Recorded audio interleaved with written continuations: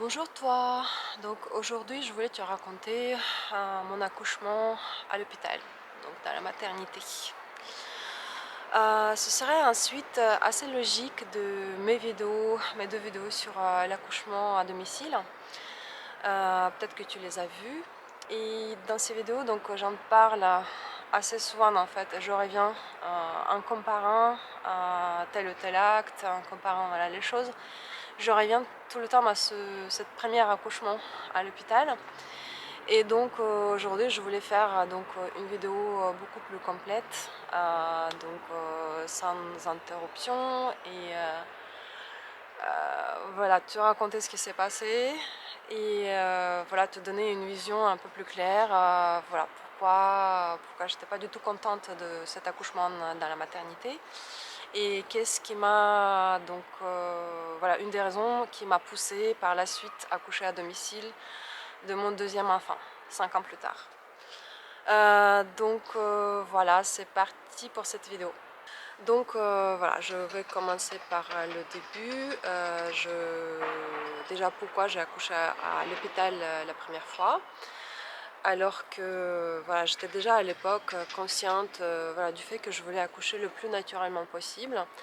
Et que voilà, si tu te souviens, si tu as regardé ma première vidéo sur l'accouchement à domicile, voilà, je te disais que j'avais déjà l'accès, déjà à l'époque, j'avais l'accès à cette information de possibilité d'accouchement à domicile. Voilà, donc, mais voilà, je ne l'ai pas faite la première fois, malheureusement. En fait, voilà, à l'époque, j'habitais dans le 5e arrondissement, dans ma petite chambre de bonne. À l'époque, quand je dis à l'époque, c'est pas au moment de mon accouchement. Voilà, au moment de mon accouchement, j'étais déjà avec mon compagnon. Voilà, on habitait déjà dans un grand appartement qu'on louait dans le 19e. Mais à l'époque, voilà, je réfère en fait à mes années étudiants. Voilà, j'ai passé 7 ans à vivre dans la toute petite chambre de bonne dans le 5e, à côté du jardin de Luxembourg. Et pourquoi je te parle de ça? Parce que en traversant la route, voilà, en face de là où j'habitais, il y avait cette grosse maternité parisienne, très connue. Et comme j'ai habité pendant 15 ans dans cet arrondissement-là, je passais beaucoup, tout le temps à côté de cette maternité. Et je sais pas, ça s'est formé comme ça dans ma tête voilà, pendant que j'étais très jeune, pendant mes 15 ans voilà, dans le quartier. Voilà, j'étais persuadée que j'allais accoucher dans cette maternité. Et petit à petit, bah, plus je mûrissais, plus je grandissais. Ensuite, quand j'ai tombé enceinte et que je commençais à lire les choses sur les accouchements et vous regardez voilà, les études sur les retours sur les accouchements de certaines youtubeuses, etc. Donc j'ai commencé quand même à l'époque me dire que peut-être que l'accouchement à une très grosse maternité me conviendrait pas. Et je commençais, tout ça c'est pendant ma grossesse, je commençais à chercher une autre maternité un peu plus nature, un peu plus tournée vers les accouchements les plus naturels possibles. Voilà, j'ai commencé en fait à écumer, voilà, à éplucher les statistiques sur les maternités en Île-de-France. Voilà, j'étais même prête à aller un peu plus loin que voilà, autour de chez moi. Mais voilà, juste pour trouver la maternité avec les meilleures pratiques, voilà, plus orientées vers tout ce qui est naturel.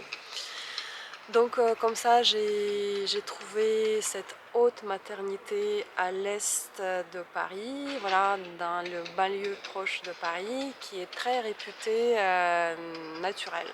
Donc probablement, voilà, si vous avez fait la même démarche, vous savez de quelle maternité il s'agit. Et en plus, voilà, j'avais à l'époque une copine proche qui avait accouché dans cette maternité et qui en était ravie et voilà, qui m'a recommandé cette haute maternité. Donc si vous voulez, moi j'étais partagé entre l'accouchement dans cette grosse maternité à côté de ancienne de chez moi et l'accouchement dans cette maternité un peu plus nature. Et j'arrivais vraiment pas à me décider. Voilà, il y avait un autre facteur en fait, voilà, qui me donnait envie en fait d'accoucher dans cette grosse maternité, c'est que moi j'ai fait le saut sur leur site internet et j'ai vu que ils avaient créé, voilà, juste une ou deux années avant ma grossesse, ils avaient créé l'espace chambre nature, voilà, ça s'appelait chambre nature, pour justement pour les mamans qui désirent accoucher sans péridurale et voilà, dans les conditions un peu plus naturelles, pourquoi pas dans l'eau, avec donc sur les photos on voyait toutes ces voilà, le bassin pour remplir de l'eau, vous pouvez accoucher, les suspensions, vous savez, les boules, les ballons rebondissants, voilà, tous les équipements enfin, sympas. La chambre était colorée, fraîche, sympathique, voilà, ça n'avait rien à voir avec enfin, les blocs en fait, d'accouchement qu'on voit en fait, souvent à la télé ou ce que j'ai eu malheureusement par la suite. Et donc du coup je me suis dit j'ai une grossesse parfaite, je suis en bonne santé, donc voilà, je pourrais avoir cette chambre nature et voilà, accoucher naturellement. J'étais naïve, je vais vous raconter pourquoi. Donc j'ai tellement en fait hésité entre ces deux maternités que je fais un truc incroyable, je me suis inscrite dans les deux. Voilà, comment se complexifier la vie, voilà, qui n'était pas assez compliquée déjà. Donc je me suis dit que bon, là j'arrive pas à décider maintenant, mais voilà, au fil des mois, peut-être que en allant pour les consultations dans l'une et l'autre, voilà, je veux voir comment ça se passe au niveau de l'ambiance de l'hôpital, au niveau des attitudes du personnel, peut-être que j'aurai d'autres retours, je sais pas, d'autres copines, etc. Et voilà, j'espérais vraiment me faire une idée beaucoup plus précise voilà, à la fin de ma grossesse. Et voilà, le jour J, aller voilà, faire mon choix. Voilà, j'avoue, voilà, c'est totalement stupide comme approche, donc ne le faites pas parce que c'est totalement la perte du temps, d'énergie et comme vous allez voir, même à la fin, en fait, même le dernier jour, je ne savais toujours pas où est-ce que j'accouchais. Mais bon, moi je fais parfois des choix pas comme les autres gens. Et voilà, je me suis infligé ça. Je me suis infligé les consultations dans les deux maternités. J'étais en même temps aussi curieuse. Voilà, je voulais vraiment voir des approches différentes. Et dans cette petite maternité, donc type 1, c'était une maternité type 1 dans le banlieue, je me suis aussi inscrite pour faire comment on appelle ça, vous savez, les consultations prénatales. C'est pas des cours, c'est j'oublie comment ça s'appelle. Voilà, en gros, quand vous venez en groupe avec autres femmes enceintes et il y a une sage-femme qui répond à vos questions, qui explique voilà, comment ça se passe pendant l'accouchement en général et dans cette maternité-là en particulier, voilà, répondre à vos questions, vous montre des positions éventuellement pour vous soulager le dos, les choses comme ça. Donc j'ai fait 5 ou 6, voire 7 consultations prénatales comme ça. Et j'étais déçue par les interventions de certaines sages-femmes. Parce que ce n'était pas la même sage-femme chaque fois, c'était les sages-femmes différentes. Ce qui m'a totalement perturbée, c'est que chacune d'elles avait des approches différentes en fait. Il y avait même des réponses différentes à certaines questions. Voilà, par exemple, pour une question, il y avait quelqu'un qui a posé une question sur l'épisiotomie, une autre jeune femme qui était dans le groupe. Donc elle voulait savoir si dans cette maternité-là, vous savez, il y a deux approches en fait différentes. Soit on fait une épisiotomie, si, voilà, si la tête de bébé est vraiment grosse, si, voilà, pour aider le passage, soit on laisse, laisse la nature faire et éventuellement voilà, on obtient une déchirure naturelle ou pas d'ailleurs, parce que c'est pas du tout obligé que vous allez vous déchirer. Donc il y avait une jeune femme qui a posé cette question pendant une consultation et une autre jeune femme qui a posé cette même question pendant une autre consultation avec une autre sage-femme. Et voilà, ce qui m'a très perturbée, c'est que les deux sages-femmes ont donné des réponses différentes. C'est que voilà, il y a une qui était plus âgée.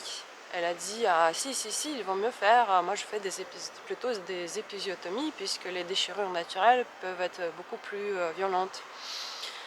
Et puis une autre, voilà, plus jeune, une autre fois qui a répondu non, il vaut mieux que voilà, on ne pratique pas les épisiotomies, il vaut mieux avoir une petite déchirure naturelle. Et là je me suis dit, en fait il n'y a pas de politique commune de l'hôpital sur des questions aussi importantes que ça, et que en fait tout dépend de sur qui vous tombez le jour d'accouchement. Voilà, soit vous avez de la chance et vous tombez sur cette jeune qui ne vous fait pas d'épisiotomie, soit vous tombez sur cette personne plus âgée qui a des pratiques plus anciennes, qui étaient à la mode, qui sont toujours à la mode dans d'autres hôpitaux d'ailleurs, et qui vous fait une incision même sans vous prévenir, parce que souvent c'est ça, ils ne vous préviennent même pas, et puis vous restez avec les séquelles effet de douleur atroce, vous ne pouvez pas vous asseoir pendant 3 semaines, etc. Et donc ça m'a énormément perturbée, et je pense que ça m'a vraiment déroutée de cette idée d'accoucher au final dans cette maternité qui était pourtant réputée plus nature. Aussi, ce qui m'a pas plu, c'est que c'était en hiver et que voilà, en venant pour les rendez-vous avec les gynécos, j'attendais souvent très longtemps dans les couloirs. Je me rappelle, c'était 3/4 d'heure d'attente, 50 minutes, 1 heure d'attente. Et les couloirs étaient surchauffés. Donc je me rappelle, j'étais sur cette chaise depuis 1 heure à attendre. Je dégoulinais, voilà, j'avais tous mes pulls, voilà, tout ce que j'avais de chaud sur moi, et j'en pouvais pas, c'était irrespirable, c'était horrible. Et là je me suis dit, et si c'est comme ça pendant l'accouchement, voilà, alors que voilà, c'est important de pouvoir bien respirer, de ne pas avoir aussi chaud, voilà, donc je ne voulais pas accoucher dans les conditions où il fait aussi chaud. Et je me suis dit, cette attente, ça veut dire, ça veut dire qu'il y a quelque chose dans l'organisation de l'hôpital qui ne fonctionne pas, qu'on fasse attendre les gens aussi. C'était très régulier en fait, c'était pas une fois ou 2 fois, c'était pendant toutes les consultations, j'attendais super longtemps. Puis la propreté de l'hôpital, donc je suis montée en fait voir les toilettes qui sont utilisées par les femmes qui ont accouché, donc c'est à l'étage. Voilà, je n'ai pas trouvé ça génial en termes de propreté. Donc il y avait tout un tas, voilà, des petites choses comme ça qui ont fait que voilà, à la fin en fait Quand mes contractions ont commencé et que mon compagnon a commencé à me demander alors, voilà, à la dernière minute, donc où est-ce qu'on va. Et j'ai dit, bah, au final, on va dans cette grosse maternité. Voilà, donc c'est paradoxal puisque voilà, moi qui voulais un accouchement naturel sans péridurale, moi, bah, j'ai quand même choisi d'aller dans l'usine à bébé.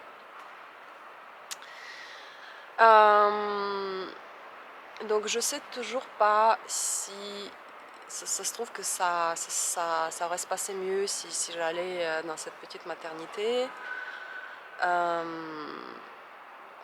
Donc je peux pas savoir, parce que bon, je l'ai pas faite. Bon bref, c'est juste pour tout ça, c'est encore une longue introduction, mais voilà, je trouve que c'était quand même intéressant de vous raconter ce passage de non-choix, de choix, de mes hésitations de ce qui m'a mené en fait vers ce choix de cette maternité-là en particulier. Donc voilà, le jour d'accouchement, on y vient. Donc à un moment donné, j'ai commencé à avoir des contractions. Donc j'ai fait, d'abord, avant les contractions, j'ai fissuré ma poche des os. C'était vers 5 heures du matin. Je me rappelle que voilà, je me suis réveillée parce que j'ai senti que c'était mouillé en dessous de moi.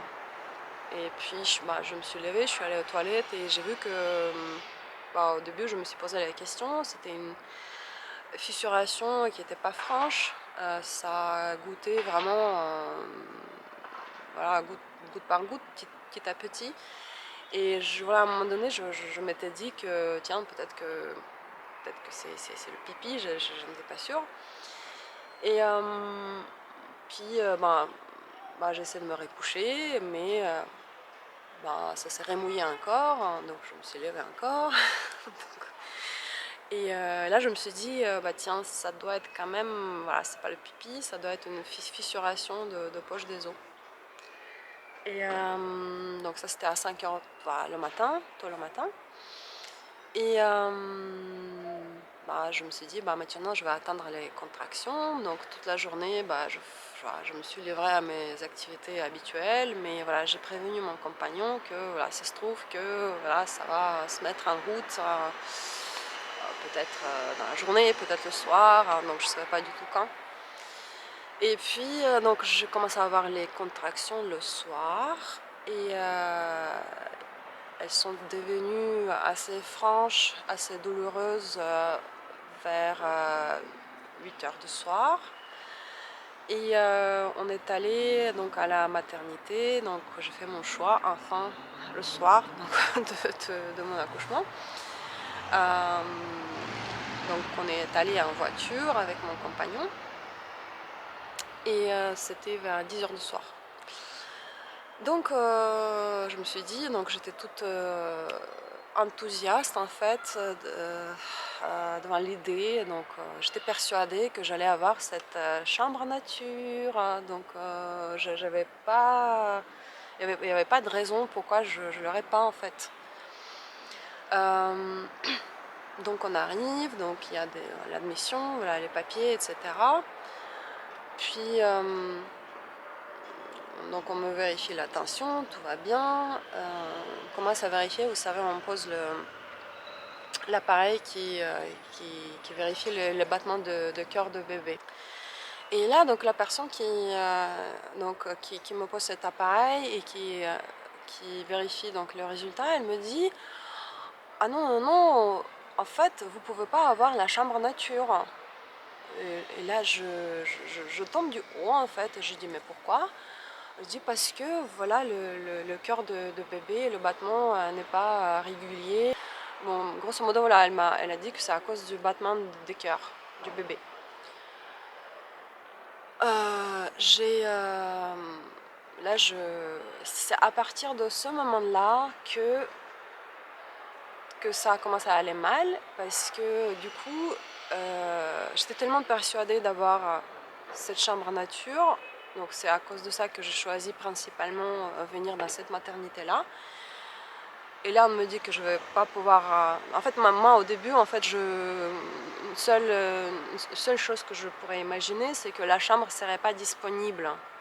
Et là, elle était disponible et on me l'a pas donnée.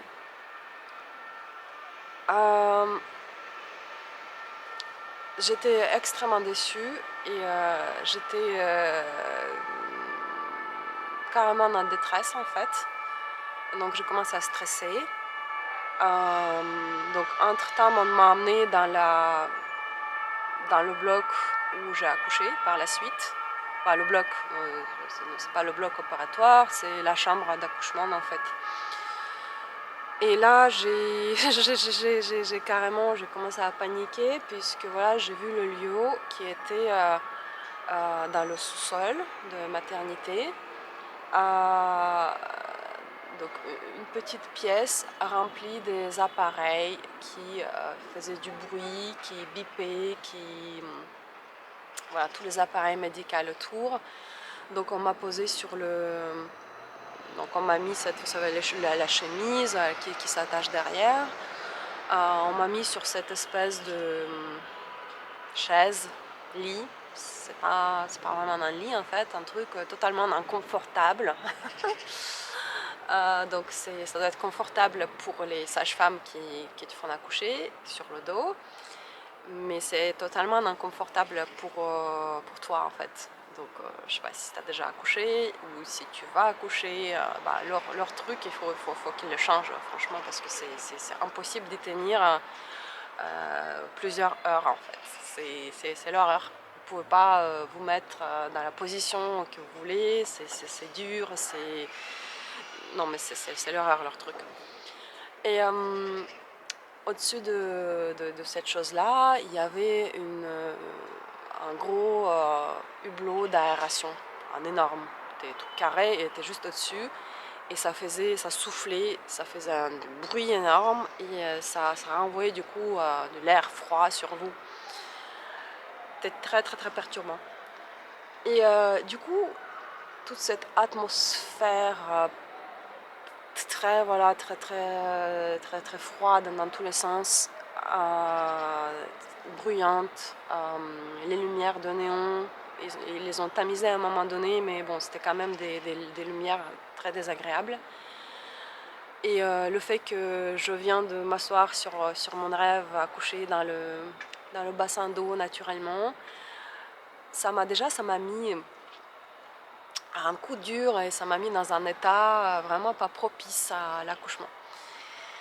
Et donc j'étais toute stressée, j'étais angoissée, donc je me suis dit ça y est, ça commence mal, donc j'avais peur pour la suite. J'avais extrêmement peur vous savez, de cascade, des interventions en fait qui mènent vers les buts indésirables comme la césarienne d'urgence. Voilà, j'avais vraiment l'horreur de cette idée, je voulais tout faire pour l'éviter. Et là je me suis dit, ça commence, ça commence par le refus de la chambre nature. Et voilà, où est-ce qu'on va venir avec tout ça. Donc peut-être que c'est là que je veux vous parler. Voilà, pourquoi ils m'ont refusé la chambre nature en réalité. Voilà, comment je le sais déjà. Pendant mon dernier accouchement donc à domicile, quand j'en ai parlé, donc j'ai livré toutes mes angoisses, j'ai un peu parlé de cet accouchement dans la maternité à ma sage-femme qui m'a aidée dans mon deuxième accouchement dans la maison. Et là, elle m'a dit, tu sais pourquoi on t'a pas permis d'accoucher dans la chambre nature? Tout simplement, en fait, parce que le personnel n'est pas formé pour les accouchements naturels. Donc, ils ont cette chambre, mais voilà, la maternité, elle était énorme, elle était remplie de femmes qui accouchent, et pourtant, la chambre était disponible. Est-ce que toutes les femmes avaient des pathologies? Est-ce que absolument toutes les femmes, je ne sais pas combien il y avait d'accouchements ce jour-là, beaucoup forcément dans cette maternité, est-ce que tous les enfants, tous les fœtus étaient en détresse cardiaque? Est-ce que vraiment il n'y avait pas un seul accouchement parfait? Ça, c'est très... voilà, je doute que c'était le cas. Et je pense que... je ne sais pas pourquoi ils ont mis en place cette chambre, peut-être pour se redonner le coup de jeune dans cette vieille maternité, pour se faire une pub, parce qu'ils venaient de refaire leur site internet, donc il fallait mettre la modernité, les innovations sur le site internet, donc j'ai aucune idée pourquoi ils ont fait ça. Mais dans tous les cas, voilà, elle me dit, il y a personne dans les grosses maternités comme ça qui est formé pour, par exemple, l'accouchement dans l'eau. Non, ils ne savent pas faire. Ou l'accouchement, si vous voulez accoucher sur quatre pattes, voilà, à l'inverse. Voilà, ils savent faire l'accouchement sur le dos. Vous êtes allongé sur le dos et ils savent, voilà, dans quel sens voilà, manipuler. Toutes ces suspensions, ils ne savent pas faire. Donc, ils vous ont inventé une raison bidon, en fait, pour ne pas vous laisser, ne pas te laisser accoucher là-dedans. Et par rapport à la détresse cardiaque,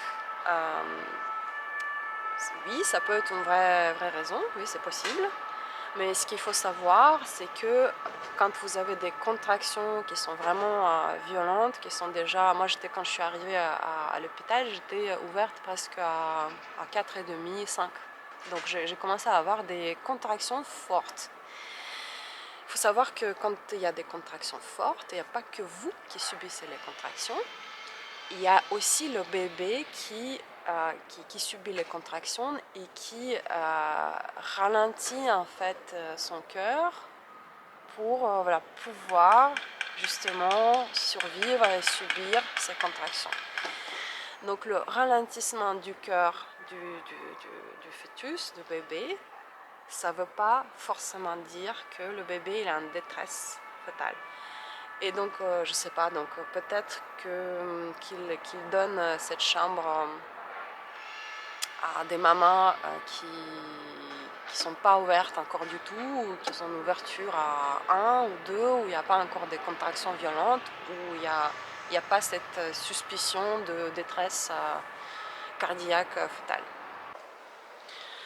Donc on m'amène dans ce sous-sol horrible de l'hôpital qu'il appelle la chambre de naissance. On me présente en fait la sage-femme qui allait s'occuper de moi cette nuit. Elle s'appelait Karine.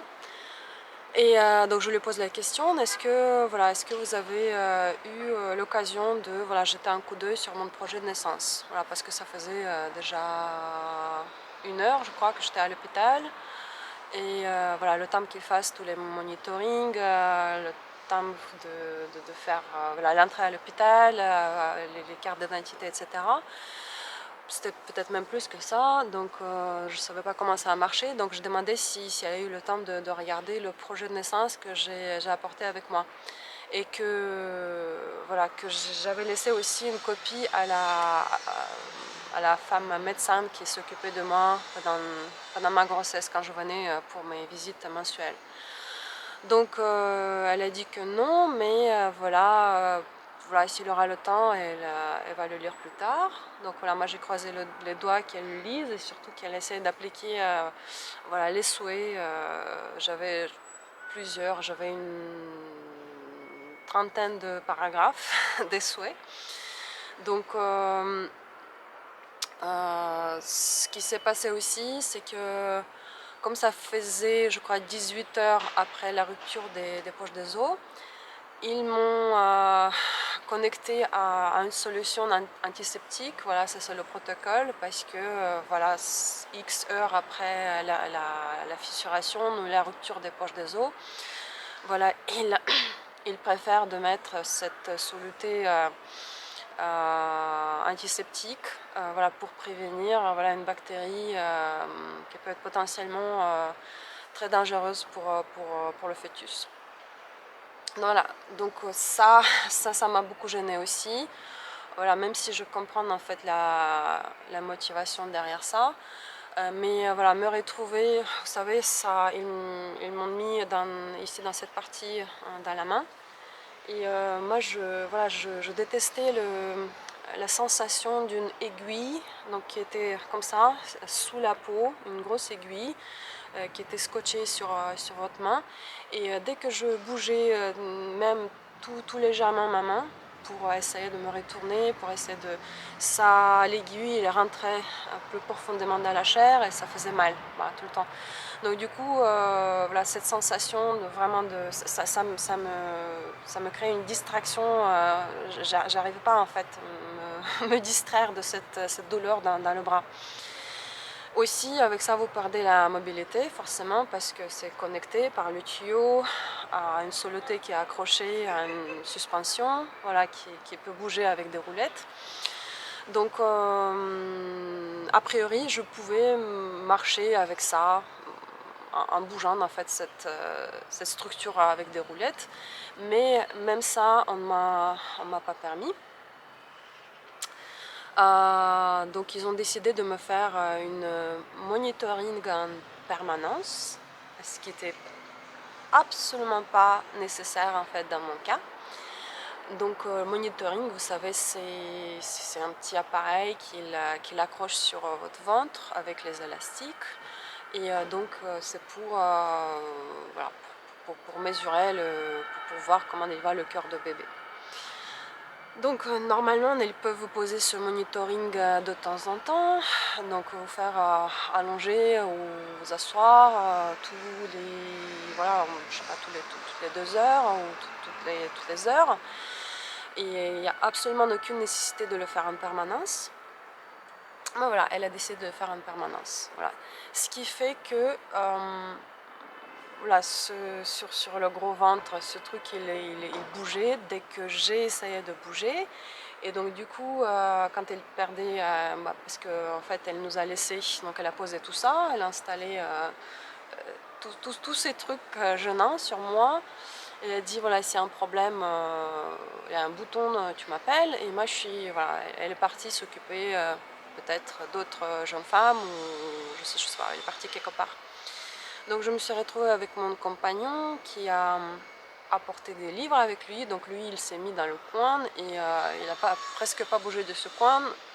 Il lisait ses livres. Donc voilà, ça c'est encore une autre question, implication des compagnons dans les naissances. Donc je me suis retrouvée pratiquement toute seule et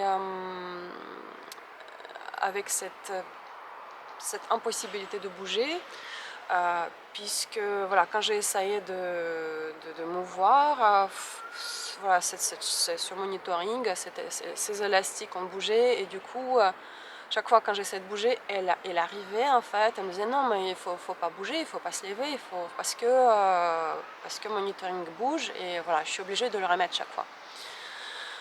Donc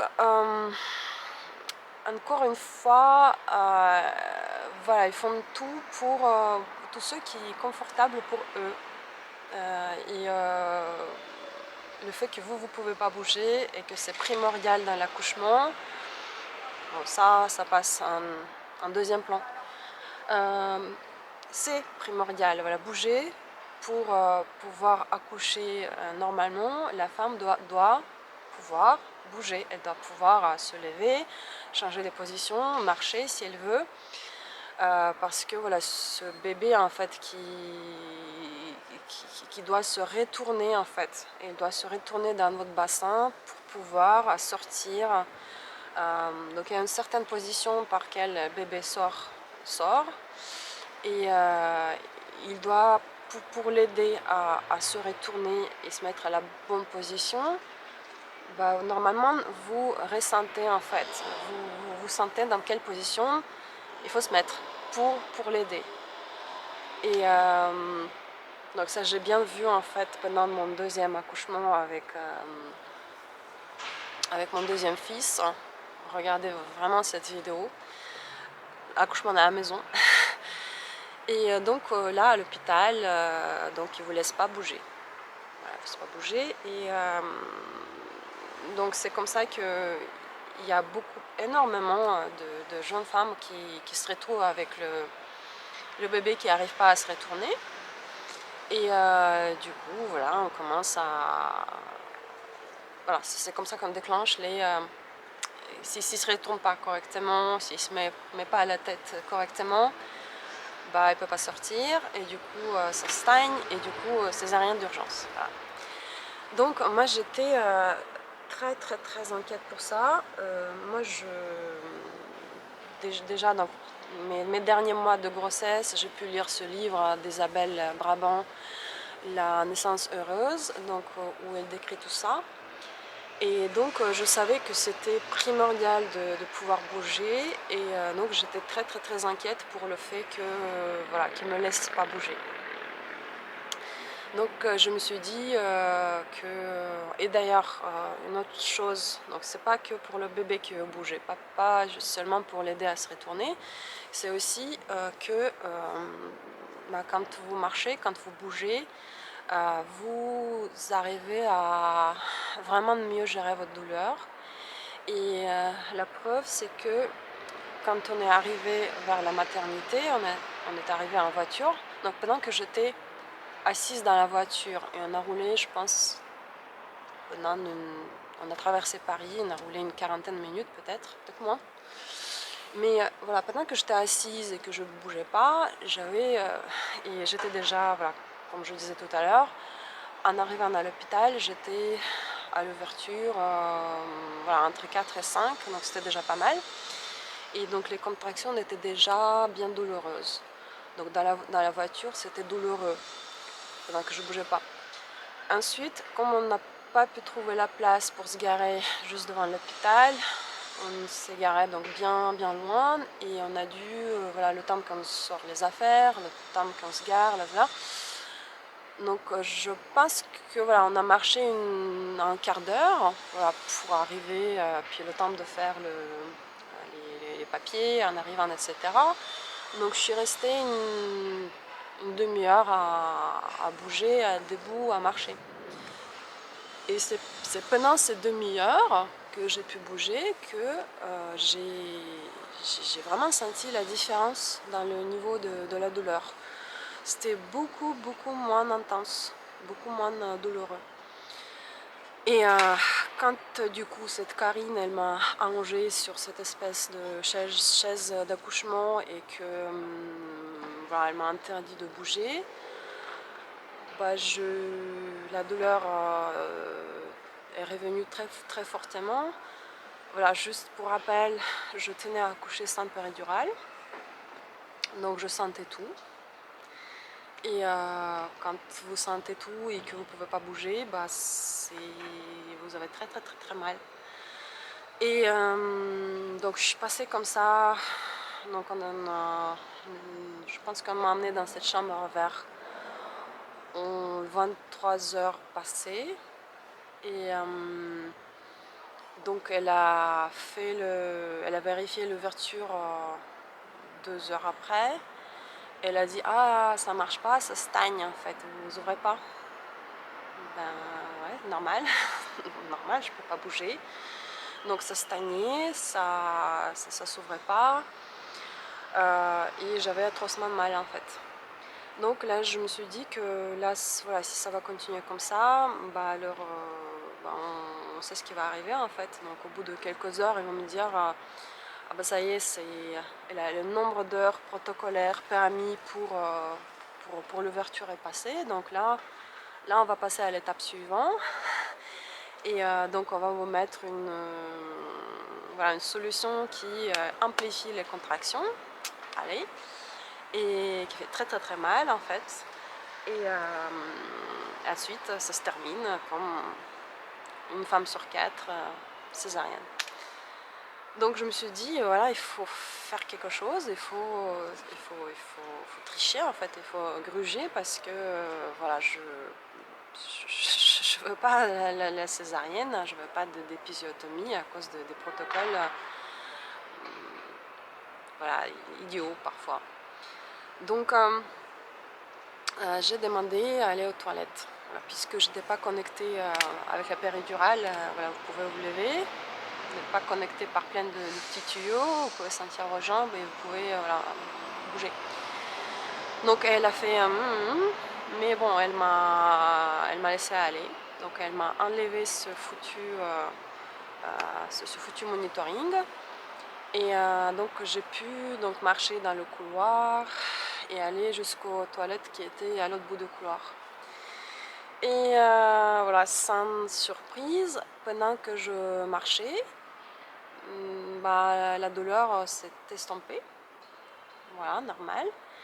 Et ce que j'ai fait, donc j'avais toujours cette structure avec, vous savez, avec le tuyau, avec une aiguille que j'ai dû trimballer avec moi. Mais bon, tant pis.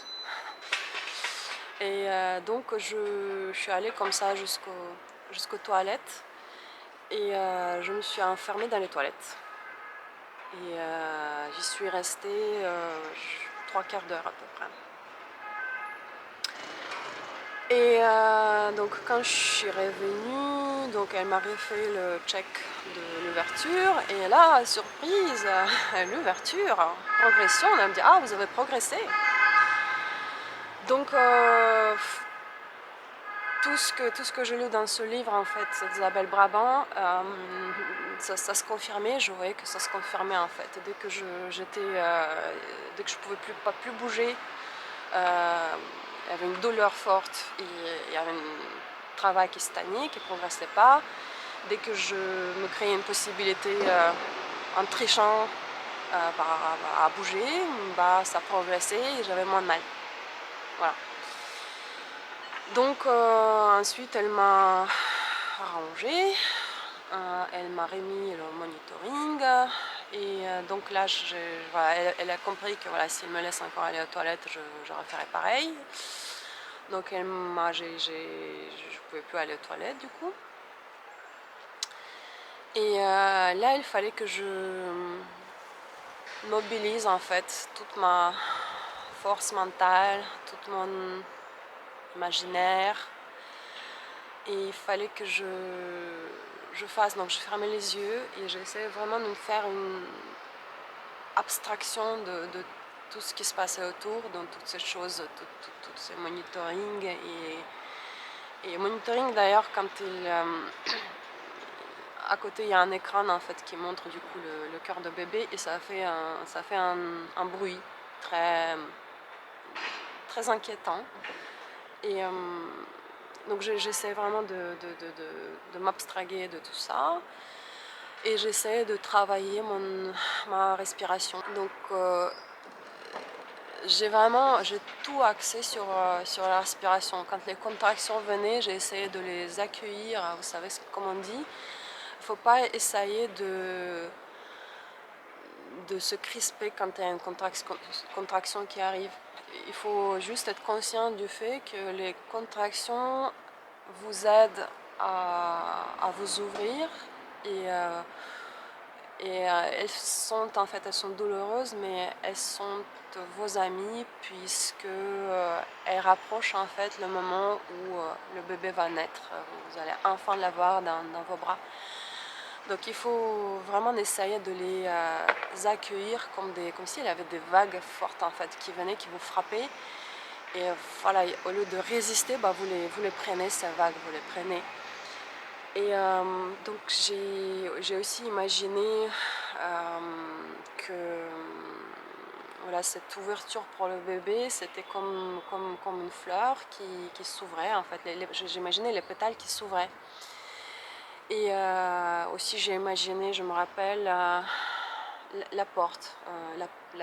J'ai imaginé une très très très jolie porte qui s'ouvrait comme ça en grand, en deux. Et donc j'ai vraiment essayé de me concentrer sur ces images d'ouverture et voilà, d'accueil des vagues et de travailler ma respiration. Et j'essaie de ne pas du tout penser à ce qui se passait autour.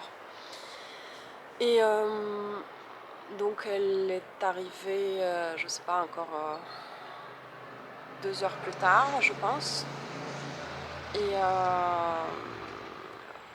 Donc entre-temps, en fait, la douleur est devenue insupportable, même malgré tous ces efforts d'imagination. Mais quand vous êtes allongé, vous ne pouvez pas prendre la position qu'il vous faut, que la nature vous dicte, bah, ça fait très mal. Et je pense, moi je suis une seule personne en fait que je connais qui a accouché en fait à l'hôpital sans péridurale, puisque voilà, une fois que vous êtes à l'hôpital, en général, bah, vous avez une péridurale. Souvent les femmes veulent aller à l'hôpital pour avoir la péridurale. Donc moi je suis vraiment, j'étais bizarre dans ce sens-là, et tout le nouveau personnel qui rentrait, quand elle apprenait que j'avais pas de péridurale, bah, tout le monde était étonné. Donc à un moment donné, voilà, la sage-femme Karine, donc, elle revient, elle m'aurait fait le check d'ouverture, et là elle est là, l'ouverture presque complète. Parce que le mot presque c'est très important, presque complète, c'est pas complète encore. Donc elle commence à voilà, s'agiter, là je n'étais pas préparée à ça en fait, donc elle commence à appeler d'autres gens, il y a je crois trois autres personnes qui arrivent, commence à allumer un grand des lumières, et commence à installer, vous savez, un gros espèce de projection, des lumières très fortes pour voir ce qui se passe. Donc il s'installe en fait, pour l'accouchement. Et donc ça leur a pas pris très longtemps, et là elle me dit bah vas-y maintenant il faut pousser. Et moi voilà, comme je disais, bah, l'ouverture était presque complète, je sais pas, j'étais à 9, 9 et demi, mais pas à 10 encore. Et j'avais pas encore envie de pousser, j'avais aucune envie de pousser en fait. Il y a rien dans mon corps il y a rien qui bougeait, donc aucune envie. Et là elle me dit bah, avec la prochaine contraction tu retiens l'inspiration et pouf tu pousses. Donc on a essayé ça, mais bon, ça n'a pas trop marché, bon, naturellement, normalement. Elle me dit voilà, avec la prochaine contraction, voilà, on recommence. Et du coup je sais pas, on a fait ça plusieurs fois. Bah, ça marchait pas, je sais pas, elle a commencé à s'énerver, elle me dit voilà, il faut que tu pousses plus fort. Et donc elle m'a fait encore plusieurs contractions, donc j'ai essayé vraiment de pousser comme vraiment, j'ai l'impression que je poussais tous mes entrailles qui allaient, j'avais les yeux écarquillés, je poussais comme une folle. Et donc le bébé, ce qu'il faisait, il a commencé en fait, la tête elle passait, et ensuite pouf, elle revenait. Et puis avec la contraction suivante, avec les efforts surhumains, donc je le faisais encore sortir, et puis pouf, il revenait. Et cette histoire-là de poussage très forcé, très douloureux, ça a duré très longtemps. Donc je sais que quand ils se sont installés pour l'accouchement, c'était encore la nuit, c'était autour de 5 heures du matin. Et vers 7h30 du matin, on en était encore là. Donc c'est très long. Je sais que normalement, ils ne laissent pas aussi longtemps. Et à un moment donné, elle a commencé à regarder l'heure comme ça. Et voilà, vers 8h, c'était leur changement de shift en fait. Ils devaient avoir un changement de personnel, elle devrait partir. Donc là, elle était là. Là, je te donne 15 minutes encore. Si en 15 minutes tu le sors pas, bah, ça va être une césarienne d'urgence, je te préviens. C'était voilà, c'était affreux de me menacer comme ça, parce que une nuit, voilà, passer dans les douleurs comme ça, sans péridurale, dans ces conditions-là où vous pouvez rien faire ou pratiquement rien pour vous soulager. Voilà, dans tout ce que je viens de décrire, dans mon état mental, mon état physique, état d'épuisement, et puis voilà, à la fin, il vous met un bon coup de pression. Donc j'ai pas mis 15 minutes, j'ai poussé vraiment qu'une malade en fait, encore une demi-heure. Quand enfant, donc au bout d'une poussée interminable, quand enfant ils ont dit que ça y est, il va enfin sortir, donc dans quelques minutes il est dans tes bras, voilà, dans quelques secondes. Donc je voulais absolument prendre cet enfant peau à peau. Je voulais qu'on me pose le bébé voilà, sur ma peau, pas sur le tissu, pas sur une chemise comme m'a mis en fait au début. Donc j'ai essayé de me débarrasser de cette chemise. Donc elle était bien attachée derrière avec plusieurs nœuds. Donc j'ai essayé de le défaire, j'arrivais pas et mon compagnon en fait n'a rien fait, il m'a pas aidé non plus, il était là comme ça.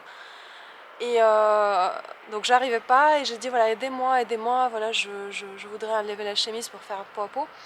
Et là quelqu'un de personnel me dit ah bah tu vas quand même pas rester à poil, donc arrête, c'est ridicule. Donc ça, c'était quelque chose en fait. Ils m'ont totalement infantilisé, ils m'ont ridiculisé, juste parce que je voulais en fait faire peau à peau avec mon bébé. Et ça, tu vois, je sais pas, ils voulaient pas perdre 30 secondes, voilà, pour me défaire les nœuds. Ils voulaient, voilà, comme c'était déjà 8 heures passées, ils voulaient rentrer à la maison le plus vite possible, donc ils voulaient vraiment en économiser, je sais pas, 30 secondes, une minute, voilà, même pas.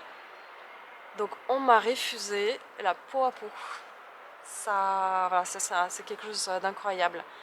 Ça, même dans pratiquement dans tous les hôpitaux aujourd'hui, on est pour ça.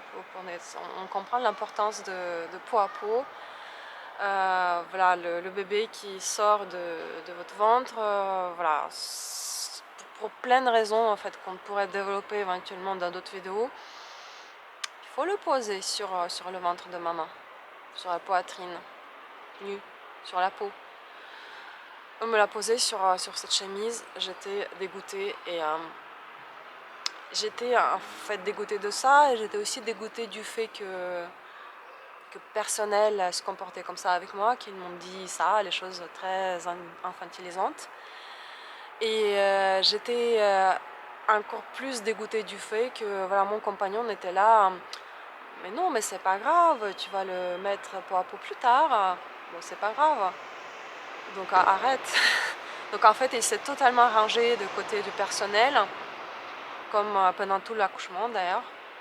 Et je pense que voilà, ça me donne une idée encore une autre vidéo voilà, sur le rôle des compagnons, en fait, des papas pendant les accouchements. Donc, bref, ça c'était une goutte de trop en fait, une goutte de plus. Donc, l'enfant sorti, mon bébé. Et donc il est né à 8h15, c'était samedi, 8h15. Et donc elle est restée, donc en fait je pense qu'elle était fâchée parce qu'elle n'a pas pu partir à l'heure à 8h comme ça devait, donc elle devait ensuite rester encore tout petit peu pour la suite. Pour faire quelques points de suture parce que j'ai fait 3 petites déchirures, donc elle m'a fait des points de suture. Et voilà, pour aider à nettoyer, etc. Donc je ne sais plus à quelle heure elle est partie, donc elle est partie peut-être 3/4 d'heure plus tard de ce qui était prévu, donc voilà, elle n'était pas contente. Et donc encore une fois, tout est basé, je comprends en fait qu'elle a une famille, qu'elle a ses occupations, je comprends, mais tout devrait tourner autour d'une femme qui accouche, puisque bon, c'est peut-être une fois dans votre vie que vous accouchez. C'est pas pour vous, c'est un événement en fait. Pour vous, c'est quelque chose d'énorme et c'est vous qui accouchez, c'est vous qui avez mal. Voilà, c'est très émotionnel et tout doit tourner autour de votre confort, vos envies, autour de vous et votre enfant, pas autour du confort du personnel en fait. Et c'est ce qui se passe dans les hôpitaux, c'est que la femme elle est vraiment mise, vraiment c'est accessoire une femme.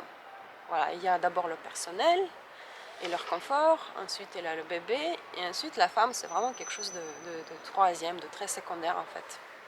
Je me rappelle aussi, il y avait cette autre personne donc une des 3 nouvelles personnes qui étaient là pour l'accouchement, qui a lâché une phrase. Parce que moi, en fait, malgré tout ce qui se passait, moi j'ai essayé de garder mon calme. Et surtout, j'ai pas crié en fait, j'ai pas du tout crié. J'essaie de vocaliser et je faisais les sons, voilà, les sons voilà, spécifiques à moi, à mon accouchement, mais j'ai pas crié.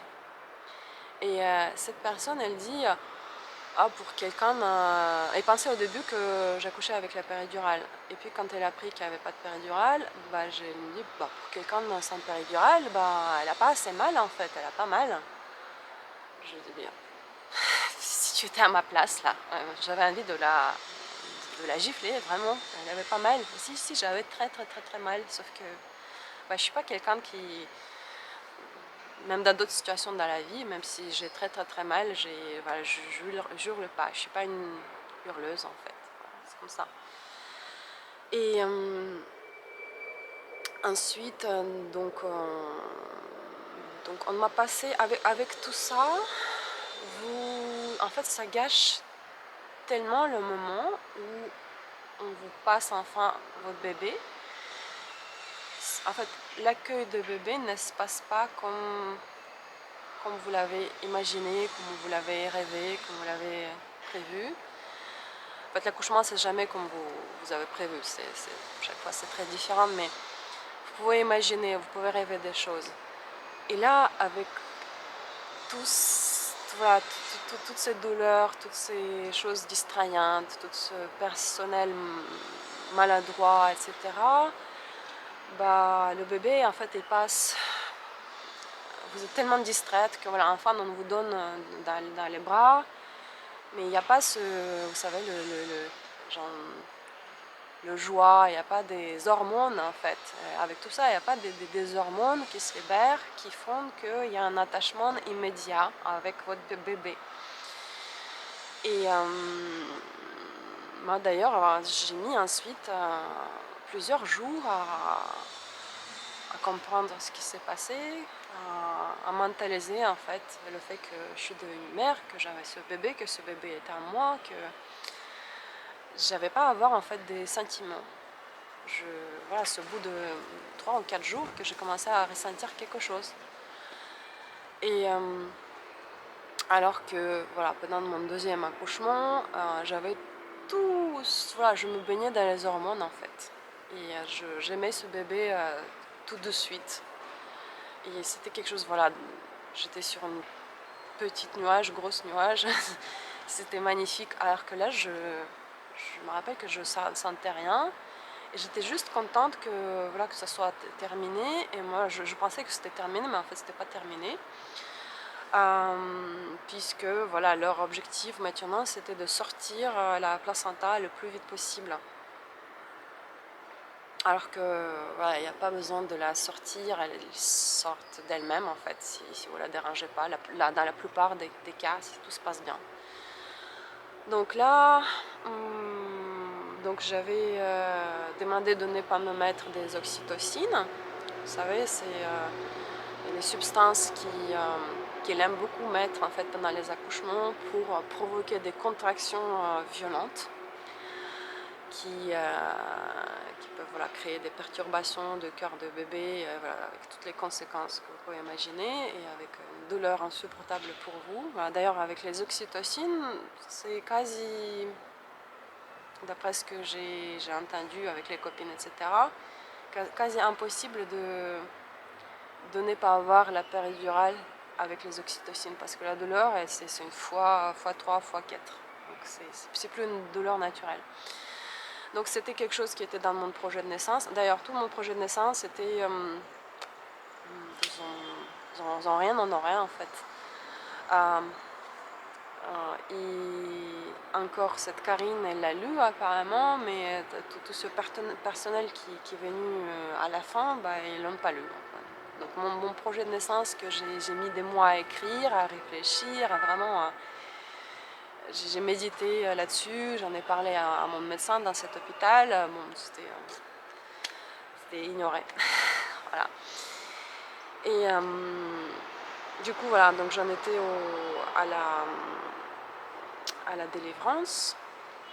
Donc ils voulaient que ça sorte tout de suite. Donc ils m'ont commencé, donc j'avais mon bébé dans les bras. Ils ont commencé à appuyer comme des brutes en fait. Cette personne était en plus costaude. Et elle m'écrasait le ventre en fait pour sortir pour aider à sortir la placenta. Et ce qu'elle a fait aussi, elle a tiré sur la corde.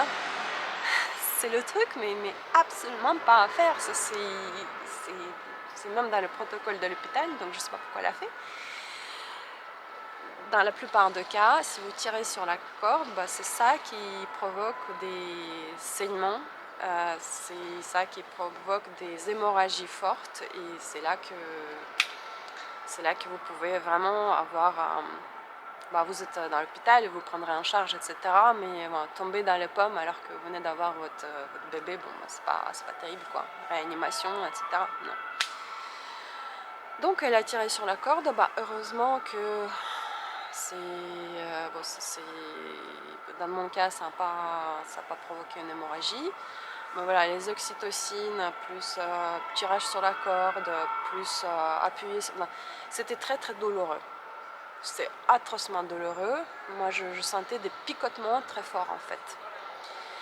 Et avec ça, moi, j'avais tellement de mal que j'étais tellement crispée que là, je me dis non, mais là, je vais transmettre ces sensations très négatives à mon bébé qui vient de me rencontrer, qui vient de rencontrer sa maman et qui a besoin de tendresse et d'amour, etc. Alors que j'étais là, donc je l'ai passé à mon compagnon. Et j'ai dû subir en fait ce qui était en train de me faire, et ça me faisait plus mal que les contractions, que l'accouchement, que le passage de la tête, etc. Donc voilà, je trouve que voilà, ça, faire subir une torture comme ça, une mère qui vient d'accoucher, c'est vraiment, vraiment pas terrible en fait. Donc ils ont sorti la placenta, ils ont fait des petites coutures en fait de des points de suture sur mes déchirures, et bon, ils m'ont lavé, et puis enfin et ben, ils ont emballé tout le matériel, ils sont sortis, ils m'ont laissé avec le bébé. Le bébé d'ailleurs ils l'ont posé dans l'autre bout de pièce, dans une espèce de le petit landau là pour les bébés. Et moi j'étais tellement dégoûtée, j'étais tellement fatiguée, j'étais tellement douloureuse que moi j'avais même pas de curiosité de regarder mon bébé. Je disais, il n'y avait pas ce lien qui s'est créé, qui devrait se créer naturellement. Donc ils m'ont laissé profiter en fait de bébé, mais j'en ressentais pas envie en fait.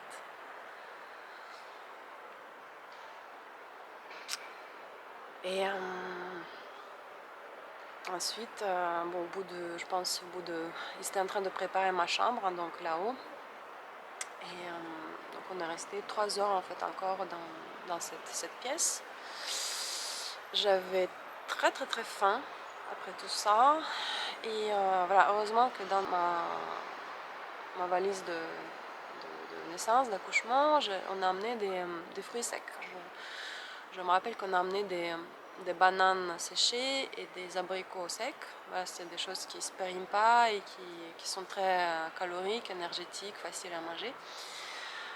Et voilà, je me rappelle que heureusement qu'on avait ça, parce qu'on m'a nourri ensuite vraiment 5 ou 6 heures plus tard, je ne sais même pas, dans l'après-midi. Et là, je crevais de faim en fait. J'avais perdu, donc accoucher comme ça, c'est comme si vous courez un marathon, donc vous perdez beaucoup d'énergie, beaucoup de calories, faut remplir. Donc j'étais en train de manger mes abricots secs et manger, à être dégoûtée. Donc c'est mon compagnon qui est allé voir le bébé, je sais pas, qui a pris une photo, qui a envoyé à sa famille pour dire ça y est, on a accouché, on a accouché. Et ensuite, il y avait une personne qui est venue pour vérifier vous savez, les réflexes de bébé.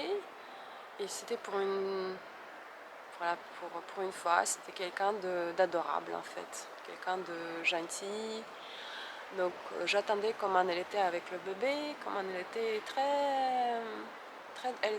c'était une jeune femme blonde avec les cheveux longs, les yeux bleus. Elle était très douce. Elle était voilà, incroyablement douce. Et pour la première fois, j'étais pas dégoûtée avec ce qui se passe. Et pour la première fois, voilà, cette nuit, j'ai eu quelqu'un de sympa. Voilà, ça m'a fait du bien en fait.